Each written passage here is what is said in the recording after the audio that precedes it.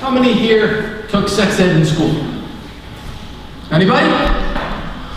Well, when I took sex ed in school, and when I had to teach sex ed in school, because I spent 30 years in education, the focus was on helping students understand what happens as children change through puberty. And then, conception and fetal development. That was sex ed in grades 7 and 8. And then into high school. Things are changing. Things are changing seriously. But what's coming in is called comprehensive sex education. It is an international direction, guided by Planned Parenthood, by the United Nations, and by the World Health Organization. I've been involved in this for more than 20 years now. My first exposure to comprehensive sex education was in 1996, when my daughter in grade 5 came home from school. I came home from work, and I was a teacher in the school system, and my wife says, "Jennifer is so upset. She learned something in school, and I said, "What'd she learn?" "She is so upset, she can't even tell me." So I said, "Well, I can ask questions. I'll go to the school." What we found out was the teacher was uncomfortable with teaching sex ed. So the school board has Planned Parenthood or public health come in and teach it. And my 10-year-old in grade 5 in 1996, not 2016, learned how to put a condom on an anatomically correct model, learned about alternative sexual lifestyles, and a number of other things. At that time, I went to the school board and I said, I have to ask a question. When I look at the curriculum, this information for grade 5 is not in the curriculum. Can you tell me why my daughter was exposed to it? The response I got from the school board and the Ministry of Education was, teachers have the authority to go beyond the minimum expectations of the curriculum based on what they believe students need to know.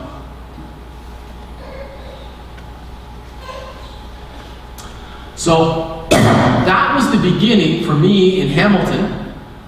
In Hamilton, we then created a small group to help inform families and other churches about what's coming into our schools. And as a result, we started to build a relationship with our school board, with our schools. We did not go protesting. We went sharing what our needs are.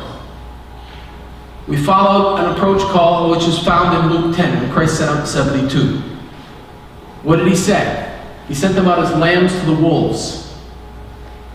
And he didn't say, stands outside Queen's Park and yell and scream at Kathleen Wynne. He said, bless, even those in opposition.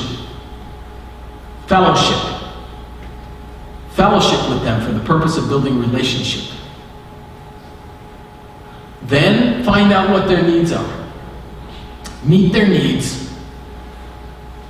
And then he said, share your needs and share the truth. And what happens is, sometimes we as Christians, we start yelling and screaming and getting really angry,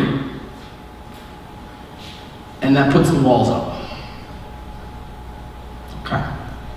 So that's how it started for me. If you go to the next slide. We offer a 5-week webinar for parents.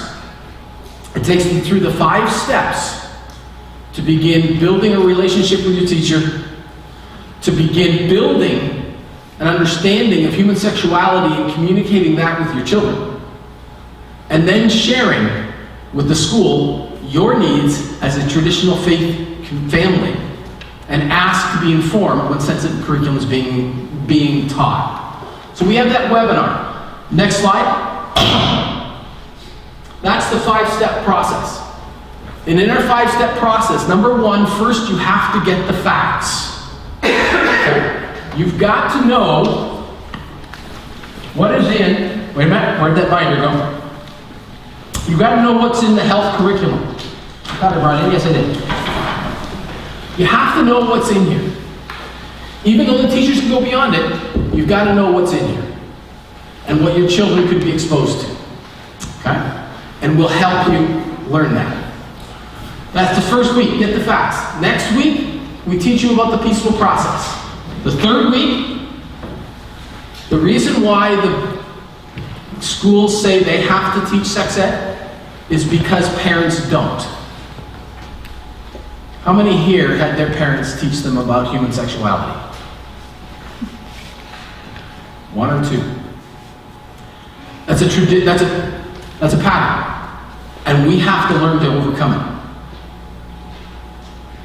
And this isn't a criticism of the church,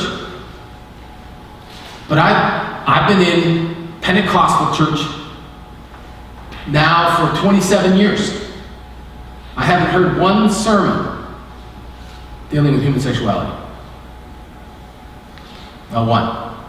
We always tend to try to avoid that topic. Yet, isn't it one of the 4 pillars of a strong married relationship? It's an important one. Okay? So what happens on that third night? We have a child psychiatrist that comes on and talks about why you need to talk to your kids about human sexuality. At what ages, what do they need to know, and how to present this to them. We've also found some resources that we find work very well for parents. And when a parent starts, for example, this story is just, Mommy, Daddy, tell me the story of me. It's a picture book.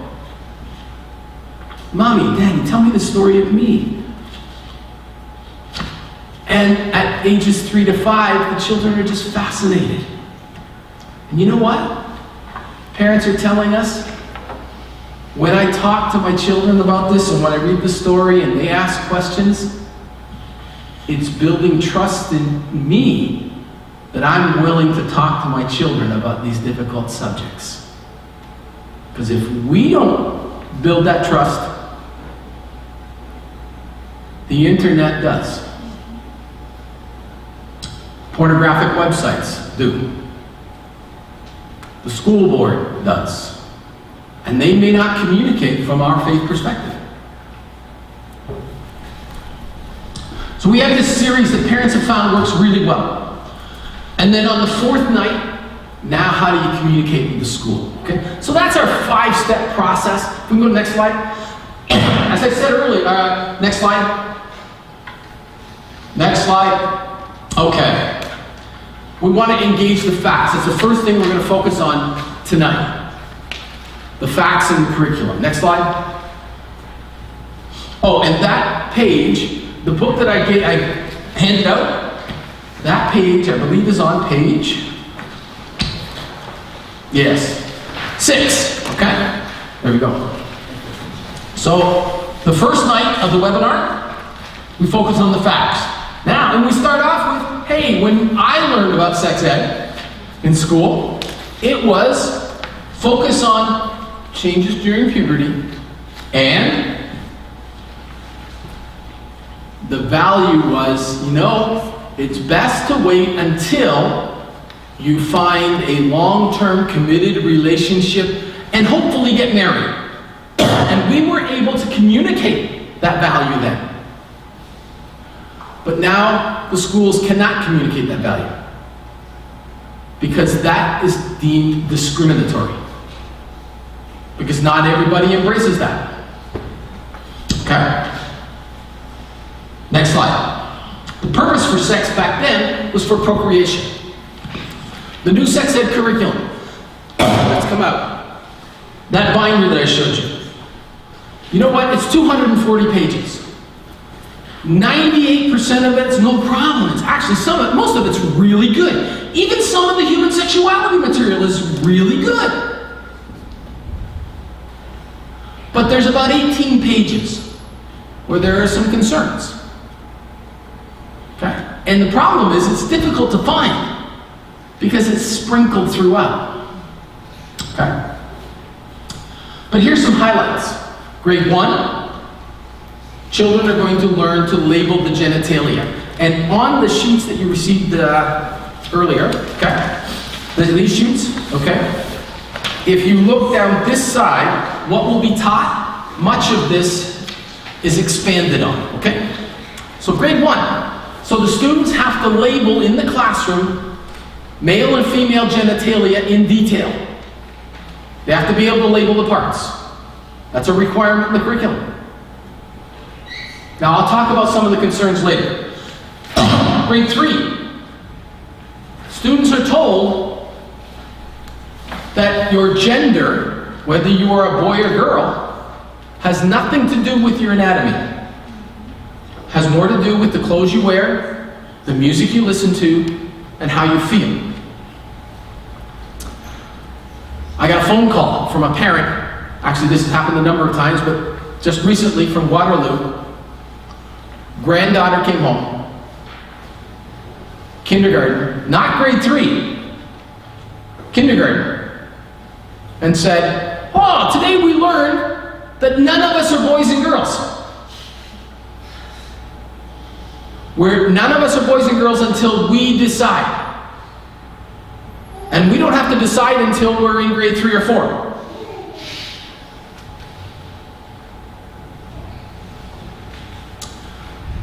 What happens is that there's some problems. I feel problems with this. Absolutely correct. If you have a child that relates and likes the interests of other genders, we in education have always just allowed that to just happen. But now we are formally challenging every child to think about, do they want to be a boy or a girl? Okay, grade 3. Grade 4. In grade 4, we're affirming emotional relationships. You know, you might like somebody, and there may be somebody that you like more than just a friend. How does that feel? Those kinds of discussions are happening in grade 4 when the child is 8 years old. Required in the curriculum. Grade 6. Actually, grade 5, they talk about conception, spermatogenesis, and how conception takes place. And that's not too bad. But do you know what they've removed from the curriculum? It's not just what they've added. What they've removed is all teaching about fetal development. We talk about how you get pregnant, and then the next step is have an abortion.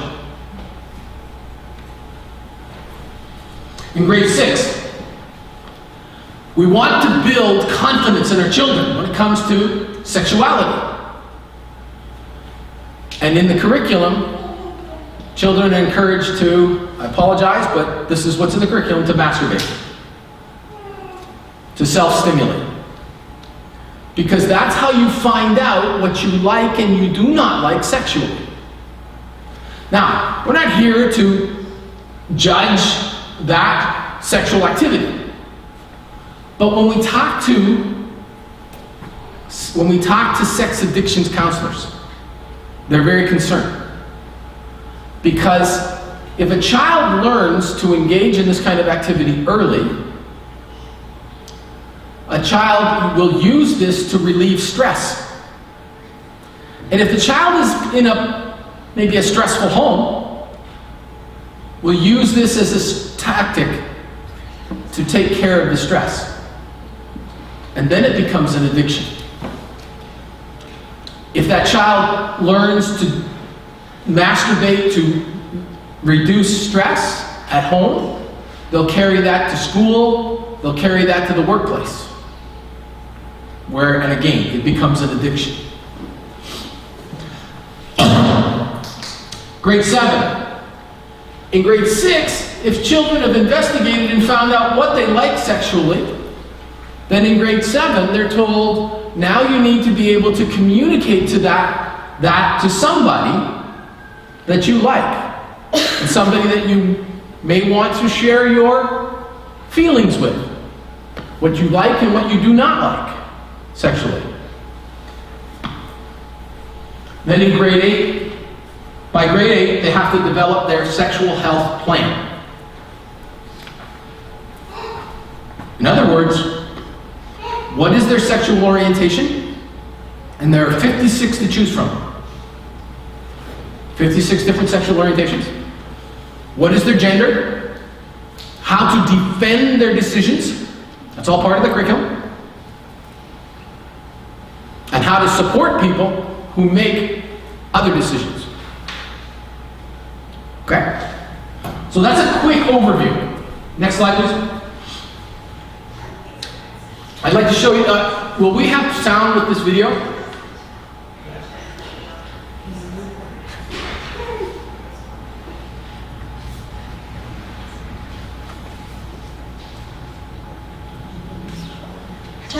Parents need to know about the new sex ed.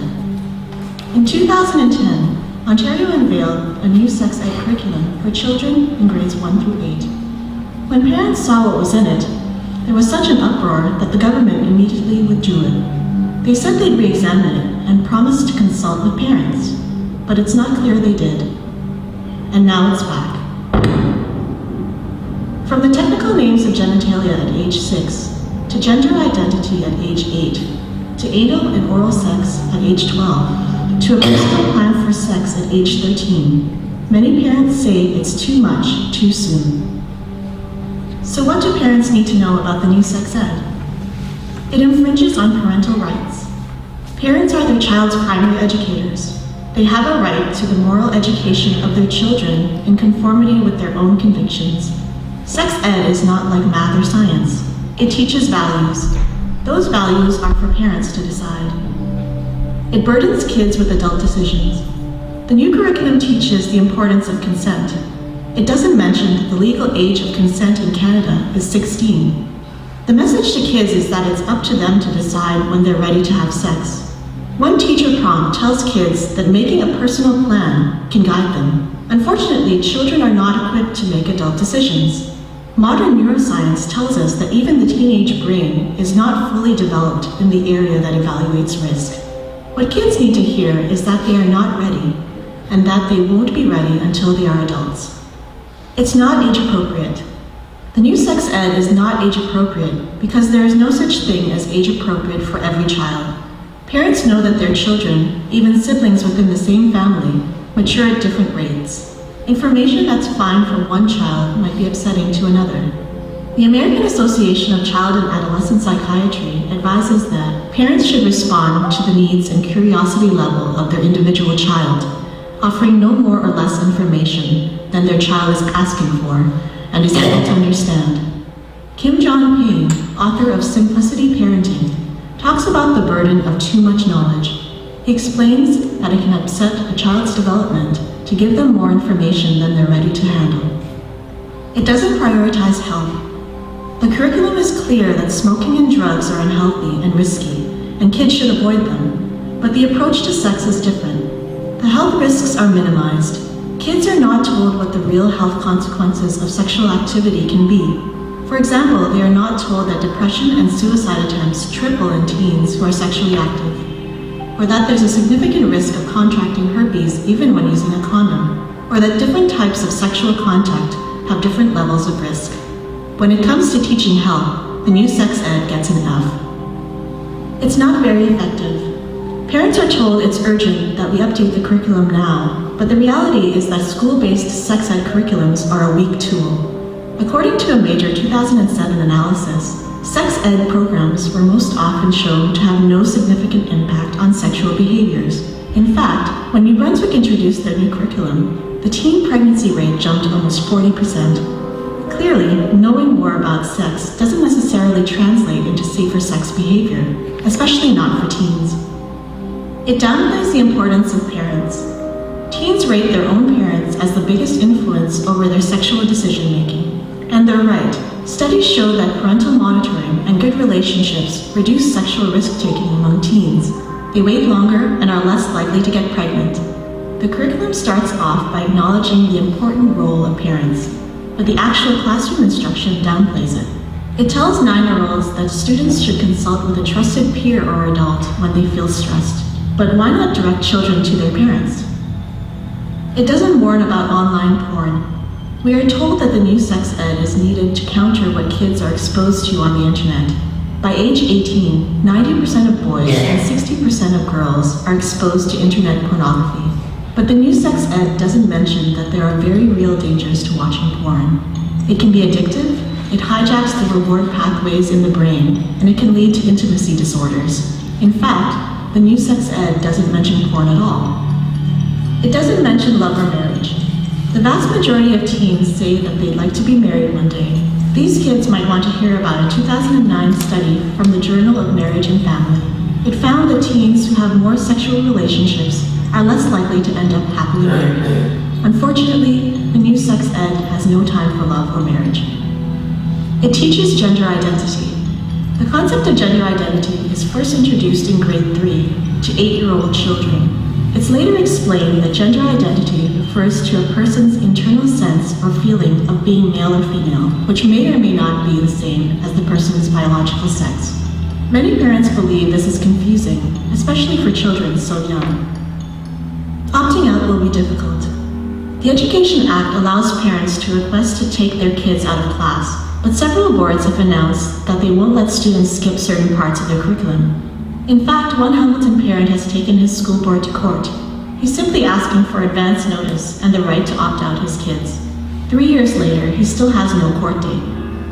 Quebec recently decided that parents are not allowed to opt out their kids from sex ed for any reason. So what can concerned parents do? First of all, parents should know their rights. Parents have the right to educate their children according to their own values. Develop a good relationship with your child's teacher, so they'll be receptive to hearing if you have concerns. Insist they let you know ahead of time when sensitive issues will be discussed. Be proactive in addressing healthy sexuality with your kids. Create a home atmosphere where it's safe to ask questions. And tell your kids you want to hear about what was said in class. This will provide an opportunity to discuss if they've heard something they weren't ready for, or if the lesson seems to contradict the values you teach your child at home. This video was brought to you by the Institute of Marriage and Family Canada. Great, thank you. To stay in the loop on issues affecting the Canadian family, sign up for our free email updates at imfcanada.org.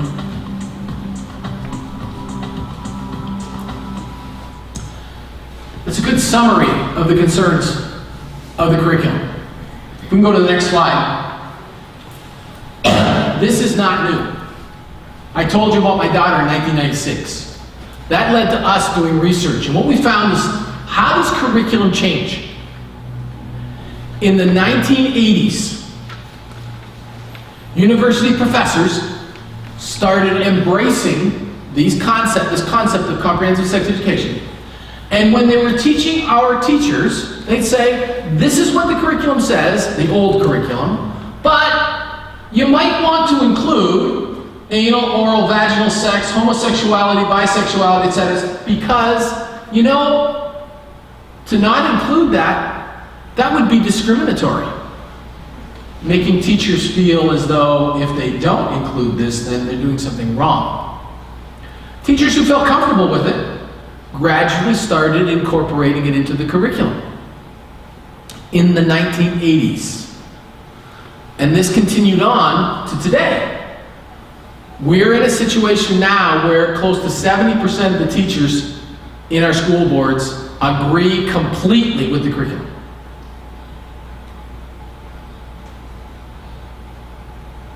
Because we've had 30, 40 years of university professors, gradually changing the curriculum through additional content. Content that's not necessary, but teachers have the authority to bring it in based on what they have been told is necessary for the child. Okay, next slide. The new sex ed curriculum definition. Comprehensive sex education is a rights-based approach. It talks about your child's sexual rights. It's a rights-based approach that seeks to equip children with the knowledge, the skills, the attitudes, and the values that they need to determine their sexuality. In other words, figure out which of the 56 orientations they best fit in, or which of the, and there are more than 2 genders.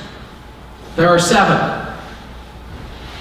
From male to female to even neither male or female. And there are variations in between. So to determine their sexuality and enjoy their sexuality, physically and emotionally, individually and in relationship. When we talk about enjoying our sexuality, we're talking about sexual acts. When we talk about the term sexuality means understanding and learning about sexual orientations, sexual activity, and your ability to enjoy that. That's what it means. And that's what our curriculum is about. Next slide. And when it says, and in relationships, that does not mean opposite sex relationship, because if we talk only as opposite sex relationships, that's discriminatory. And it does not mean just with one other person, because if if we talk about only, oh no, you only have sexual relationships with one other person at a time, no, that's discriminatory because not everyone agrees with that. Where is this all coming from? I told you it's been 30 years, 35 years. World Health Organization has standards for human sexuality. I have copies up here if you want them. From birth to 4 years. Birth to 4 years. We're talking preschool. Inform children about the enjoyment and pleasure when masturbating. Telling children about the right to explore their gender identity. They have the right to decide whether they're boy or girl. This 5-year-old came home and that's exactly what she told her mother. From kindergarten. Next slide. From 4 to 6, the World Health Organization says to all countries in the world, children should consolidate their gender identity by age 6. Begin to figure out, are you boy or girl? Or something in between. By age 6. And be informed about different concepts of family. We're talking about all different kinds of alternative sexual lifestyle families, etc. From the ages 6 to 9, the enjoyment and pleasure through masturbation and self-stimulation. Again, the masturbation keeps coming up over and over and over and over and over. And the sexual rights of children by age 9. The sexual rights of the child to choose. Next slide. From 9 to 12, be informed about your first sexual experiences. I was presenting in a church, and a mother said, do you mind if I share what my daughter in grade 6 saw in health class? So she shared. It was a video of a lesbian love scene. And I said, well, the kids see girls kissing on TV. Is that what you mean? She said, no. She said, I found it, I saw it. It was everything, nudity. It was the whole 9 yards. I said, did you ask the teacher why she showed it? And she said, yes.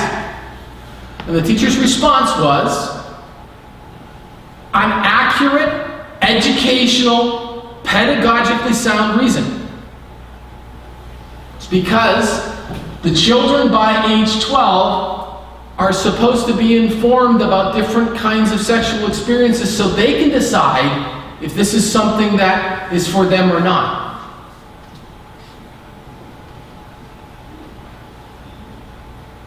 When it's presented in school, In that way, it's not identified as pornography because it's education.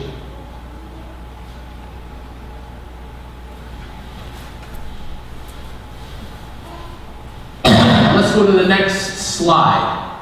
I just want you to go to the last yellow line, from ages 12 to 15, and to understand their sexual rights as defined by the International Planned Parenthood Federation.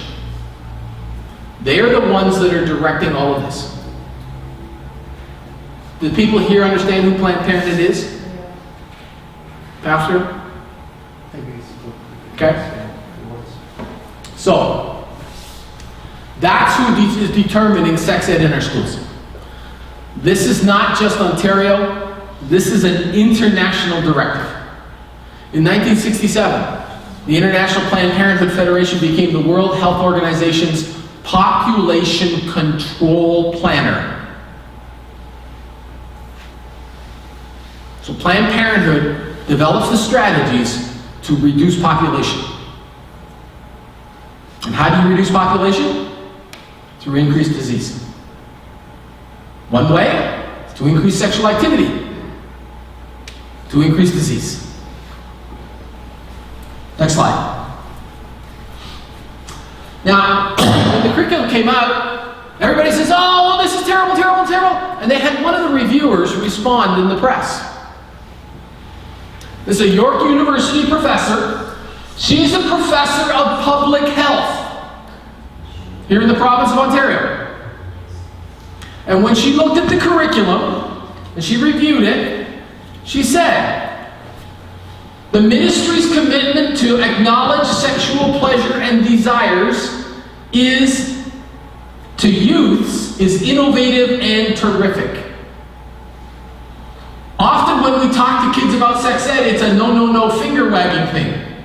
It doesn't speak to the reality. Why do kids have sex? Because it feels good.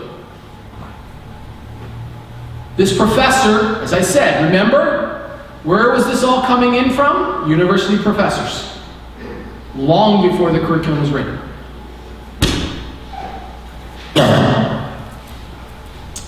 So, next slide. You know one thing that they forget and they don't acknowledge? In high school, 74% of kids do not have sex. But they make it sound as though everybody does. 74% of kids do not. So CSE is a rights-based approach that seeks to equip young people with the knowledge, skills, attitudes, and values. So now, what's this look like in the classroom? Well, you know, this year, there may be bits and pieces implemented. And you might not get the full picture. But I'd like to share with you what it looks like in a jurisdiction that's had comprehensive sex education since 1984.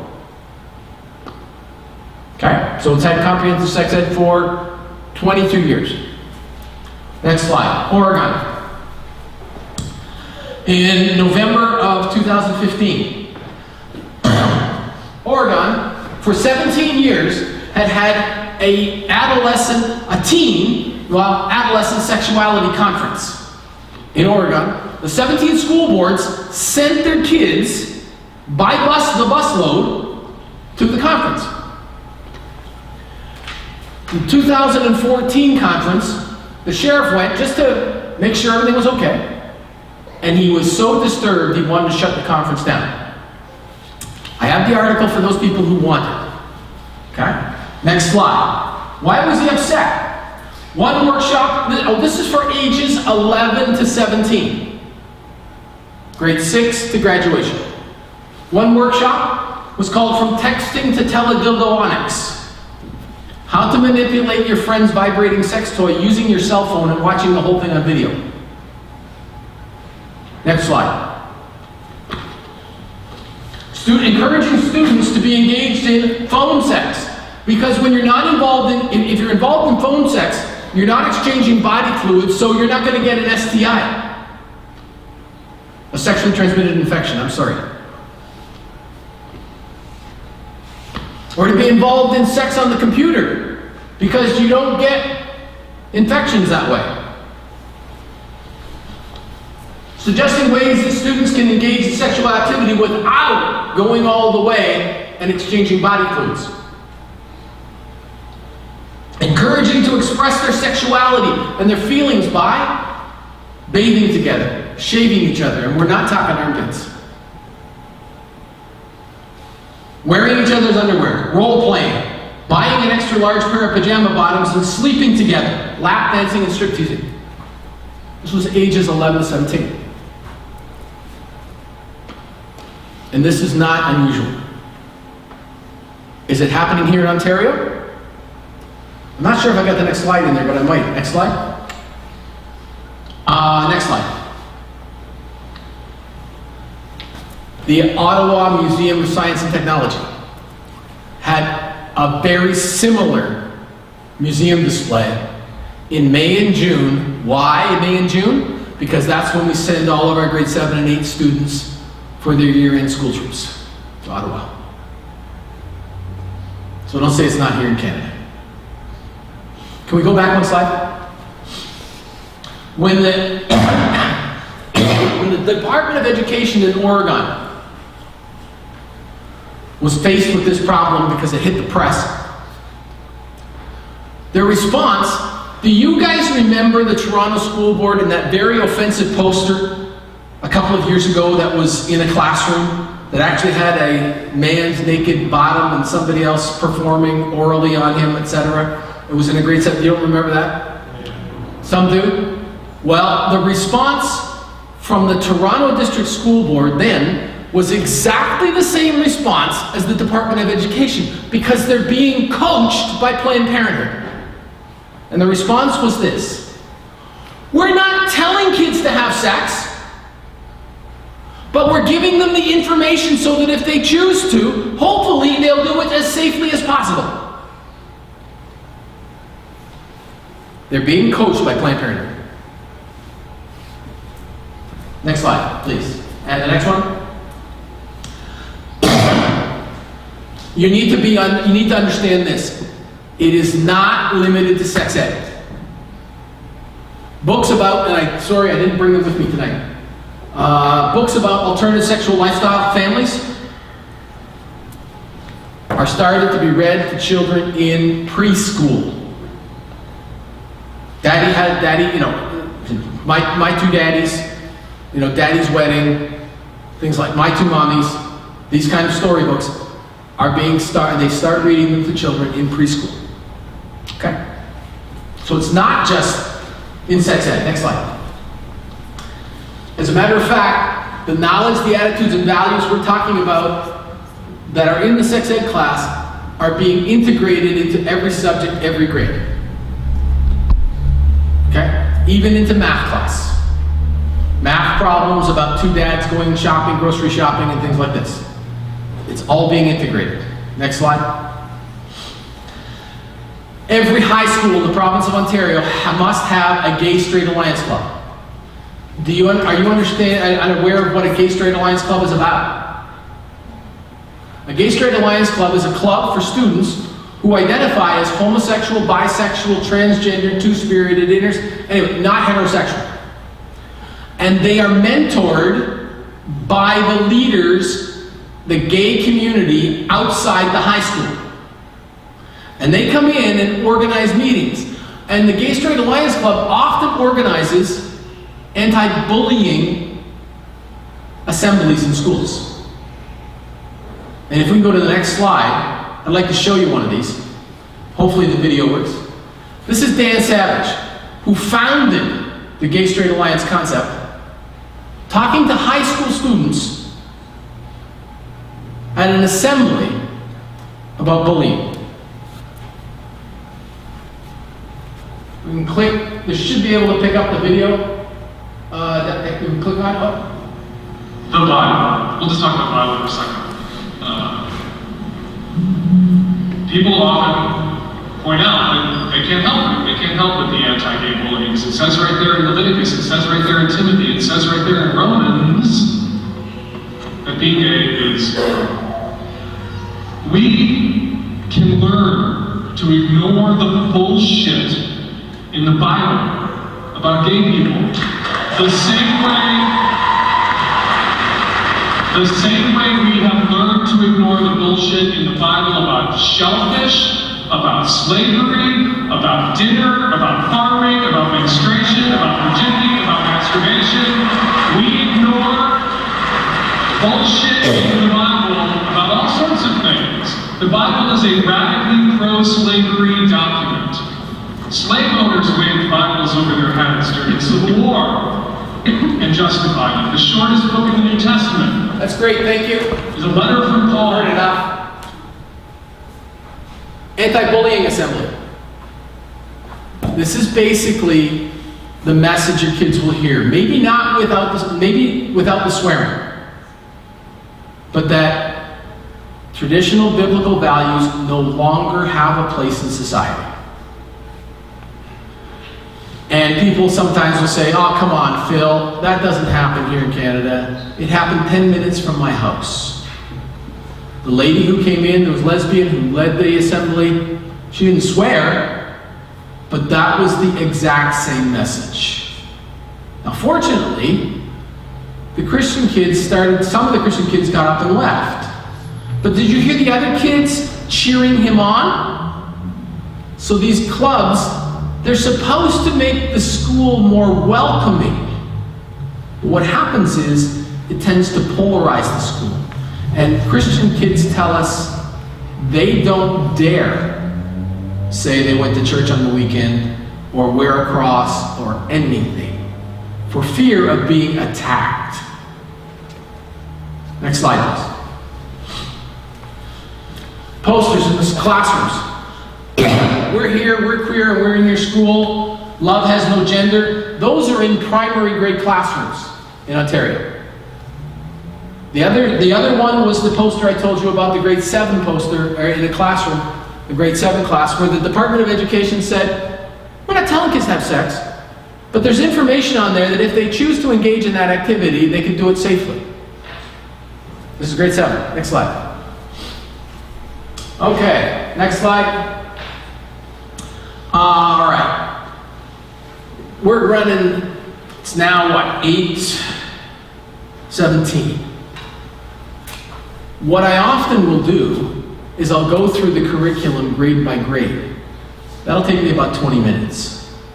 But have I given you an overview of the concerns?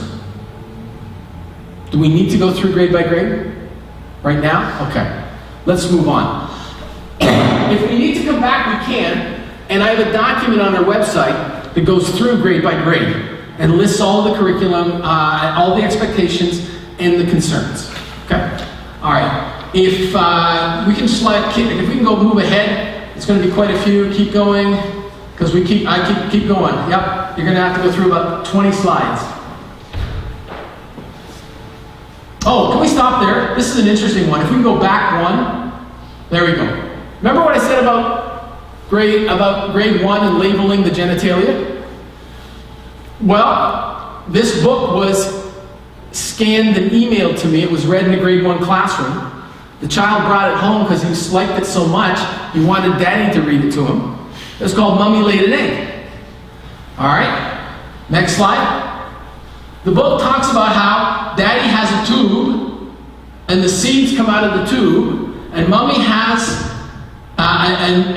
Mummy's tucked through a little hole in Mummy's tummy. That's where the seeds go. But the next slide, if we can show the next slide, shows the various ways in which Mummy and Daddy fit together. In other words, sexual positioning. It's grade 1. Next slide. Keep going now, please.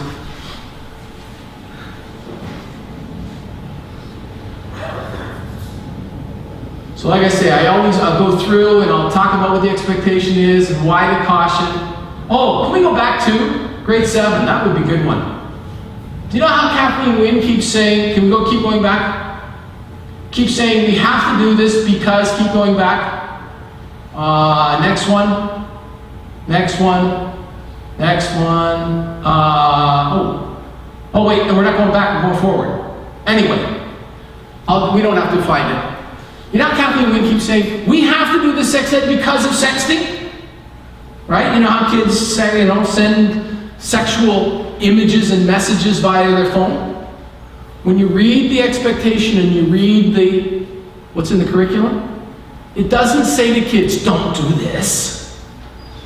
What it says is, if you're going to do this, be careful. Remember, whatever you put on the internet stays on the internet. And if somebody likes you and thinks of you as more than just a friend and happens to send you a sext, be considerate. Don't forward it on. What are we teaching? We're teaching the etiquette of sexting, the manners around which to sext. We're not telling kids not to. That's one thing the curriculum does not do. It doesn't put boundaries up. Next, please. Let's go back. No, let's go back. I want to stop there. Sexting, that's the sexting one. Go ahead, next one. Ahead. Communication with a partner. By grade 7, age 12, we have to communicate with the partner what it is we like sexually and don't like sexually by age 12. That includes anal, oral, vaginal. That includes, you can name it. As a matter of fact, the lesson goes something like this. The kids are given a chart paper. What are some of the ways in which you could share your sexual feelings with someone? The kids start out saying, say I like you. Maybe hold hands. That's what the kids come up with. And then they'll get daring. They'll say kissing. And then underneath, it says to the teacher, if the kids have difficulty coming up with a complete list, ask these questions. What can you do with your mouth besides kiss?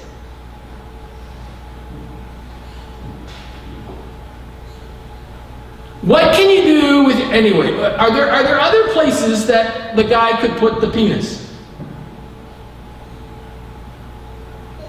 Trying to get all of the answers. Then, after this lesson, the students are to have a discussion about abstinence. You and I think abstinence means abstain from sexual activity, right? They are told, of this list, whatever they choose not to engage in, that is their personal definition of abstinence. And that's what abstinence means. So now when the Ministry of Education says this is an abstinence curriculum, that's what they mean. We will help kids understand all the different kinds of sexual activities and decide what they want to participate and not participate in, and then that becomes their abstinence. Okay, let's go ahead. Keep going, please. Keep going. Let's go right to the end. I think I got a pair of boxing gloves in the picture. All right, so keep going. So curriculum has changed. We're now in a rights-based approach. Next. Okay, it's because, hey, it feels good. Next.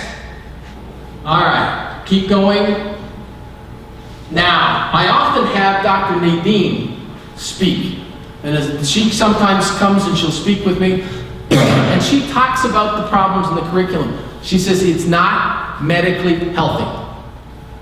It does not lead to positive health expectations. Next slide. Okay. Why is it a problem? Because comprehensive sex education withholds information. Okay? For example, it does not tell girls, don't have sex because your cervix is only 2 cells thick when you're 14, 15.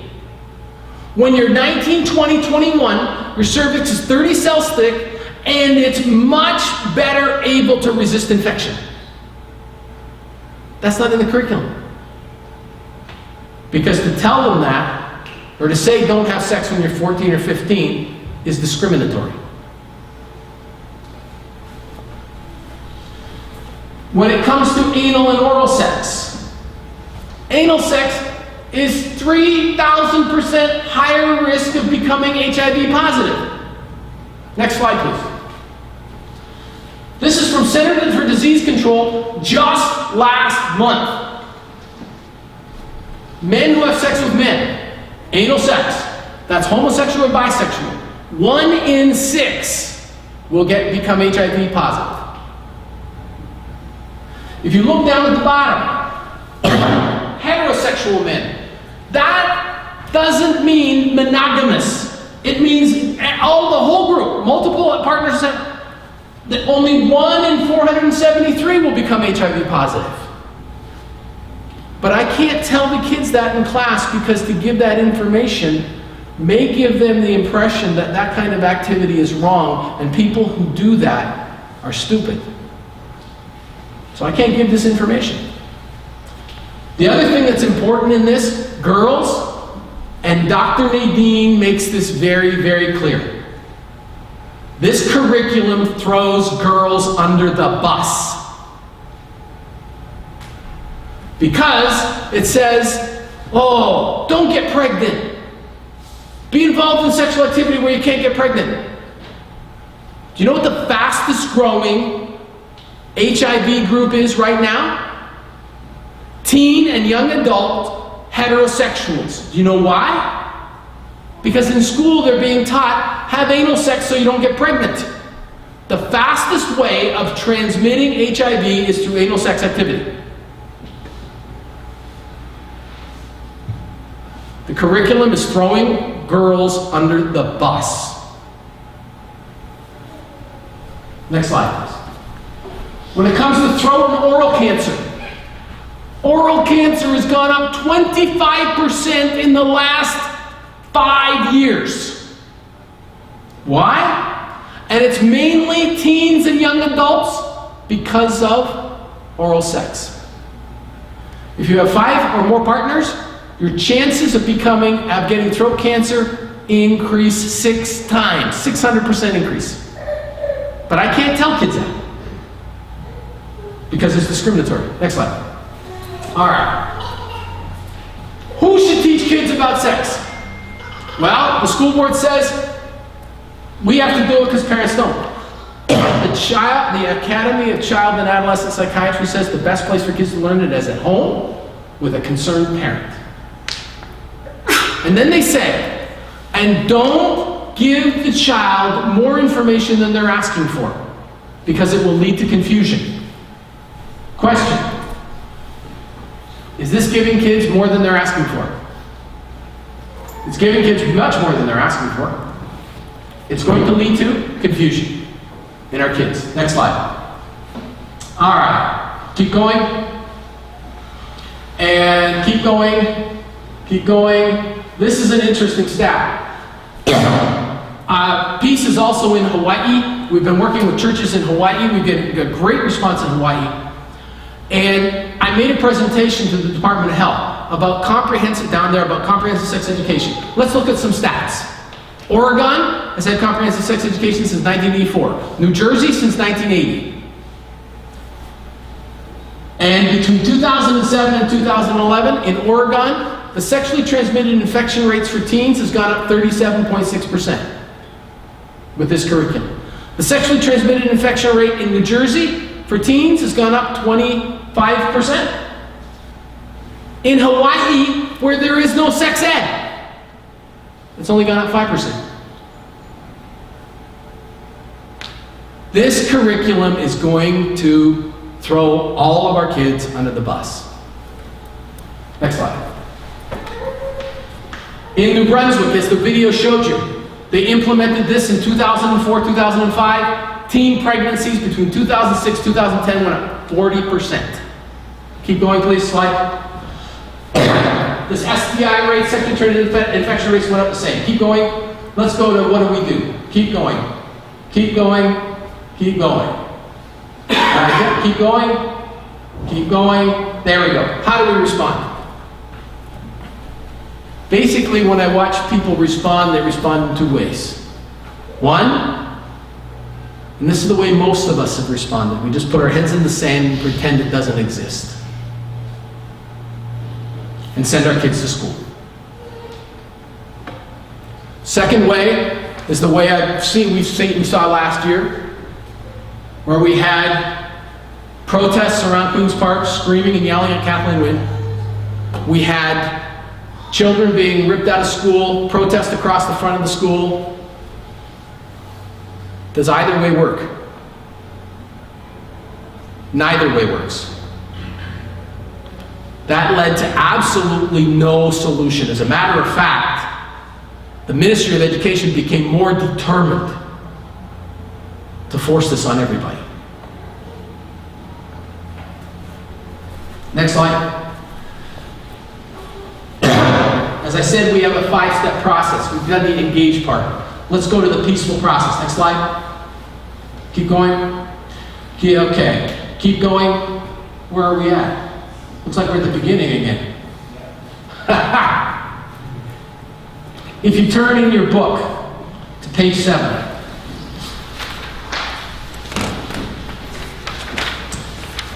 On page 7, the peaceful process. The webinar on our peaceful process, we had it last night. And on the webinar, we had a pastor talk about, a pastor who's very involved in helping communities reach out and be a positive influence outside their church. And he said, where should we look to find out how to respond? And he said, let's go to Luke chapter 10. Now, up until Luke 10, if you read Luke, up until Luke 10, society in Jesus' day was very similar to what we're experiencing now. And did Christ say, let's set up a petition? Did he say, let's have a protest? When he sent out the 72 in Luke chapter 10, what did he say? He sent them out as lambs to the wolves. And in verse 5, he said, bless. As you go out, bless even those in opposition. Speak blessing to them. Speak peace. Then, sit down with them. Eat. Fellowship. Build relationship. Find out what their needs are. Meet their needs. Build trust. Build a relationship. He says, meet their needs, heal their sick. Then he says, then share the truth. Then share your needs. And that's the approach peace takes. And all I'm going to do is tell you, it works. It works. We encourage parents to become winsome. I don't know if that word means anything, or what the equivalent would be in your language, Pastor, but winsome, to be attractive or charming in an open, fresh, innocent, honest, and desirable way.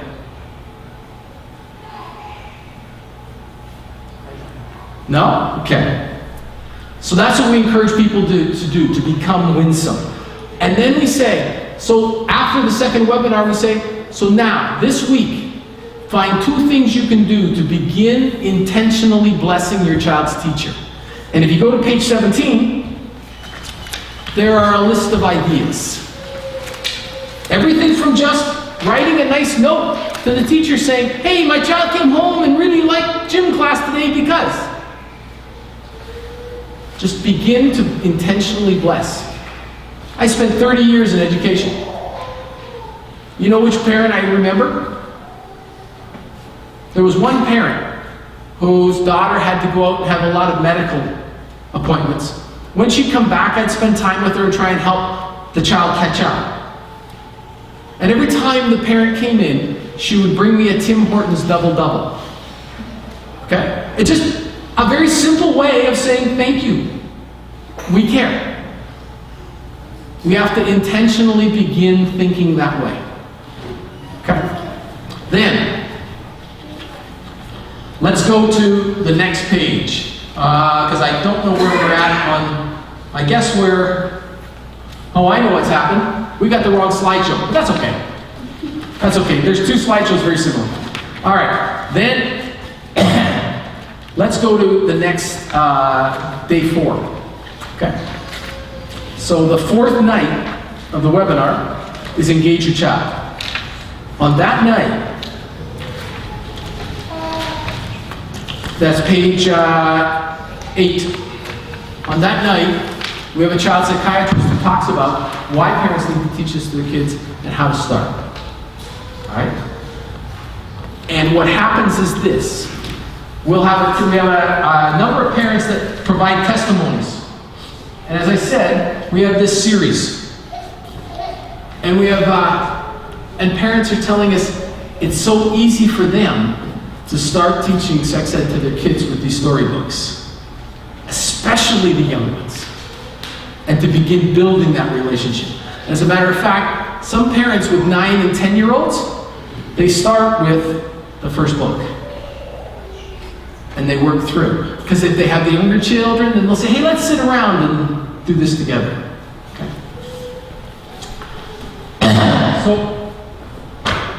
So you've got to figure that out, because if you don't become the trusted adult, where are your kids going to go for their answers? They're going to go to the school, and the school's going to send them to Planned Parenthood. Or your kids are going to go to the internet, to the porn sites on the internet. Okay. Then the next night, how do we engage our school? To help parents engage the school, if you have, 1, started to build relationship with your child's teacher, 2, you've started, you know the facts about what's in the curriculum, and 3, you have started talking to your kids about human sexuality. When you go to have a discussion with your child's teacher, or when you want to broach this topic, you're speaking with facts. You've built relationship, you're a nice person, and, she's not wanting to talk to me about it because she thinks sex ed is bad. She's already teaching it to her kids. So you're talking from experience, a very powerful position to be in.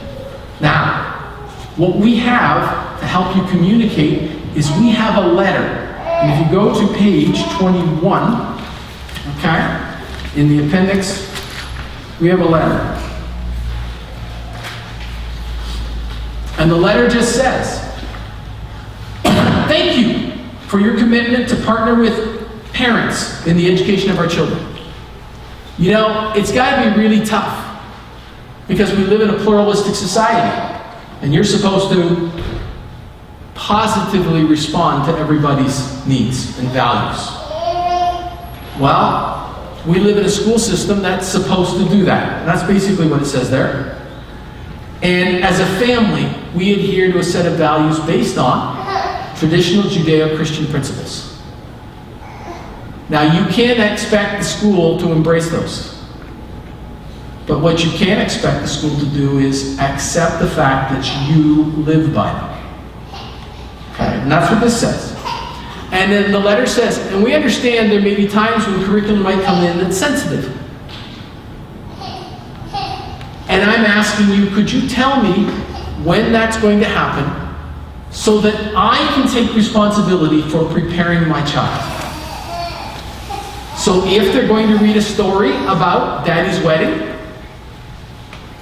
you can get that book from the library, you can sit down with your child, you can read it ahead of time, and you can have a talk with the child about, God does give us the right to choose. And some people choose differently. And we have to accept that. But we choose the way we do because God gives us a guideline to live a healthy life. So this week you're going to read this story in class. And I just want you to know, it's okay. People can make those choices, but I want you to know why we make the choices we do. So you can prepare your child. Being a parent's a lot of work, isn't it? But you need to know when you need to jump in and do the parenting. So what this does is just asks the school to let you know ahead of time. And then on the back, it lists the kinds of things that you might find sensitive. And it's not just sex ed. It's not just sex ed. Okay. We've been using this letter in school boards now in the province of Ontario for almost 10 years.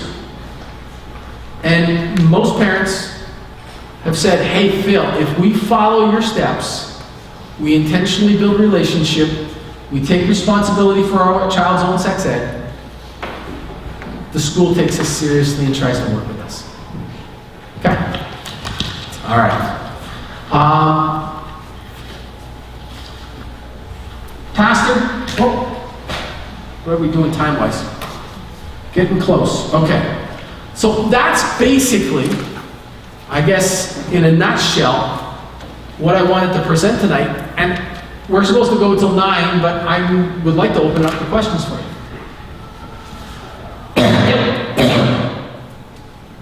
We're not going to be able to address all the questions today. Is there a way we can schedule another session? Sure. Yep. And then next time I'll make sure I leave even earlier. I left at 4:30 from Hamilton. This is just a The other thing you might want to do, remember I said the webinar? Where did I put the webinar pages?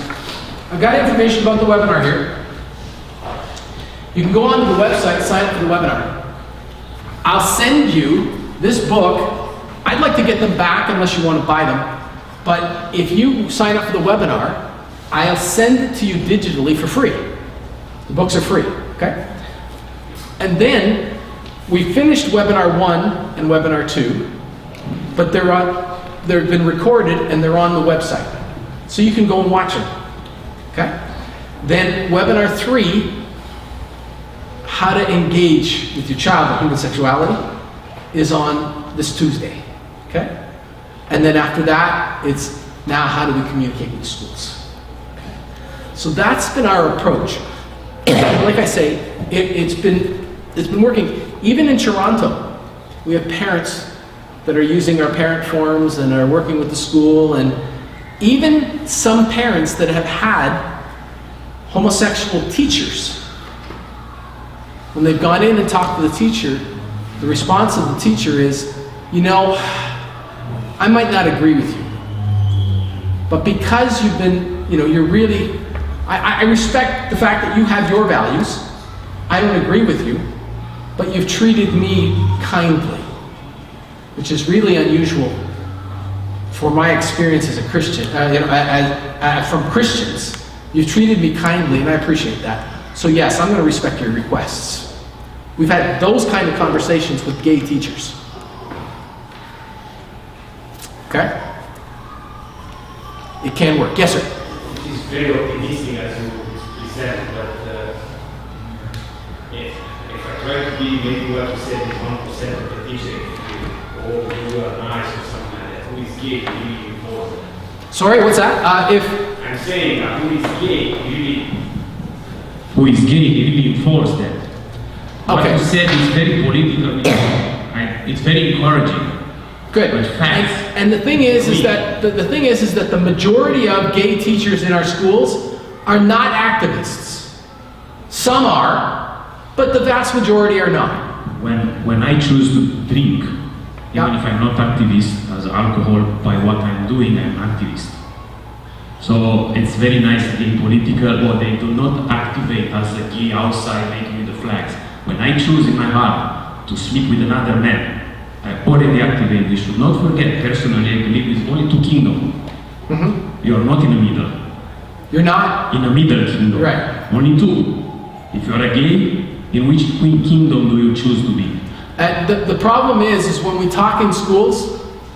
Yeah, I cannot be so radical. I understand. Yeah, For this reason, I can say that. We have, that's I you're try to absolutely do right. not, what I'm saying, I try to do not foolish ourselves, taking pills that, okay, if you're nice, talk with the teacher, maybe, or this, yeah, I cannot disagree, maybe a kind of percentage. But Jesus, when he came in the world and he confronted the sin, what he said, they hate the light, they turn against. Oh, from that maybe a couple percentage, even from that top guys, they figure out after, but majority ask for Barnabas.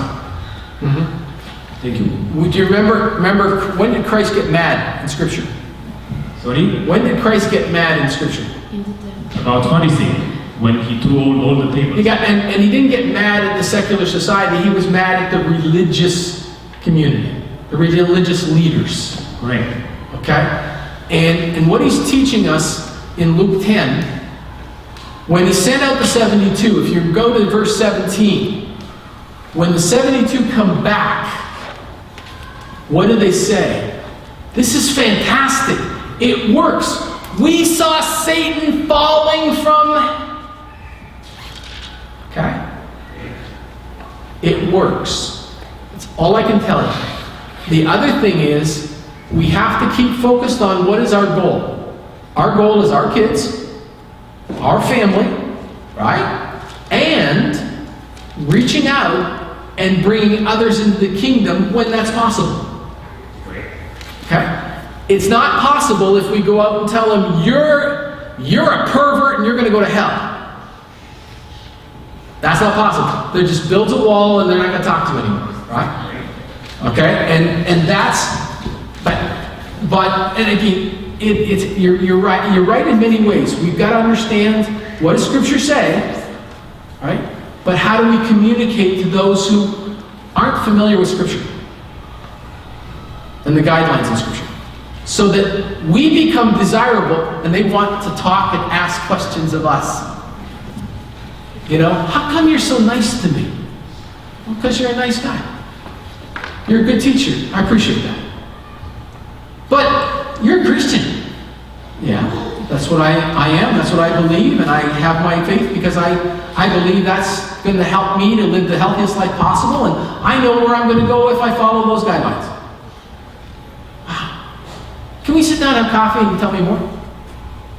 I've had those questions. And that needs to be our goal. But anyway, thank you for your question. Is there another question? People often ask me, should we start homeschooling? We support your right to homeschool. But you have to remember one thing. Your children are going to live in the society and the leaders that are educated in the education system today. And if you think being a Christian is difficult now, imagine what it's going to be like 2 or 3 generations from now. We cannot influence if we're not involved. If we're not involved in the public school system, we can't have influence. But if we're involved, now involved doesn't mean just sending your kids. But if we learn how to get effectively and efficiently involved in our public school system, our goal is not to make the public school system a Christian system. We can't do that.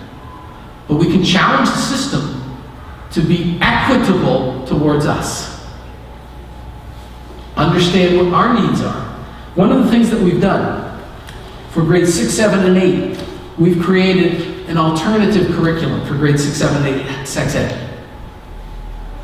And you as a parent, if you go in and say, you know, gee, sex ed is so important, and this is what the letter says. Sex ed is so important. Could you let me know when it's going to be taught so I can start at home 3 or 4 weeks ahead of time? Notice it doesn't say, what are you perverts teaching my kids? It says sex ed is so important because it is. The problem is the church hasn't put the emphasis on teaching why it is. Sex ed is so important, and you let me know ahead of time. If the teacher then tells me exactly what's going to be taught in class, and if there's nothing from which we are required to abstain from, then I'll send my child for sex ed. If not, could my child go to the library and do the alternative assignments in here, which, by the way, meet the government expectations, but help my child connect the learning to our faith? We have not had a principal say no. Yet. It's not a guarantee. But when parents go, start building relationship, and we train them how to ask,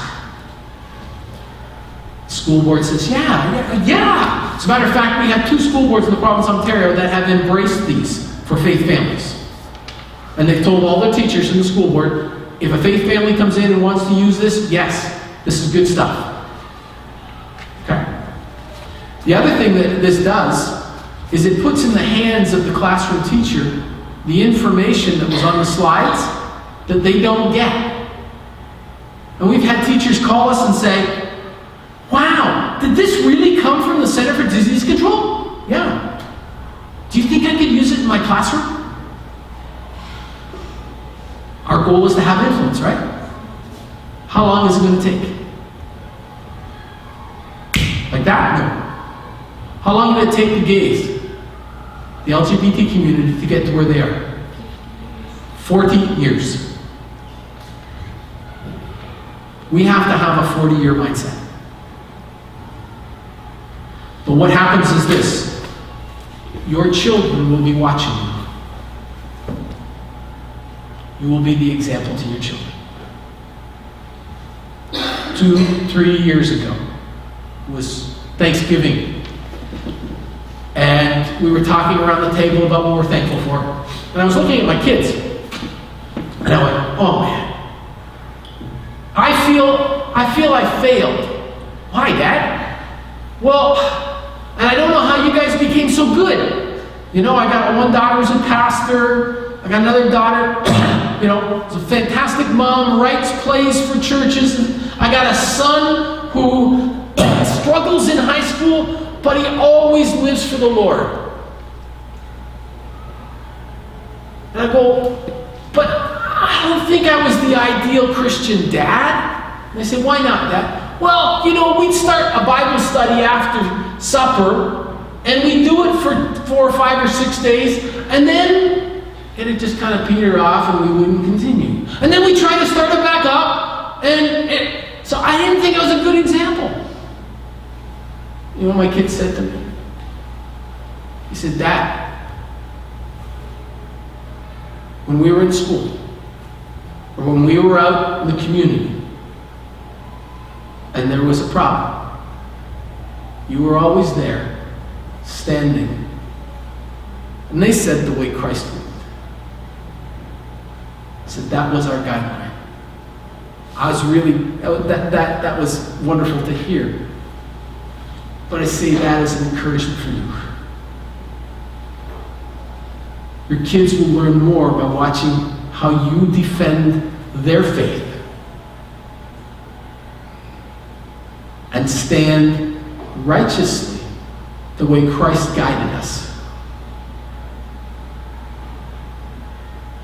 The most effective person, the most important person in a child's life is a parent if the parent takes on the role. Doesn't matter really what the school does. If the parent will take that role. But if we are just too busy, and that's easy to do, and we pass our kids over to the school to raise, then we're going to have problems. We're going to have problems. Thank you, Pastor. One of the questions was, there's lots more questions and things like this, and there's not enough time. We have the webinar. I've got the webinar information here. The other thing I have, if you want to fill out one of these,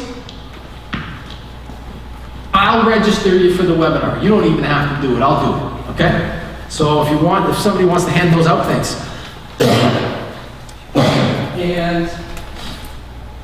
And then we'll send you that booklet. Okay?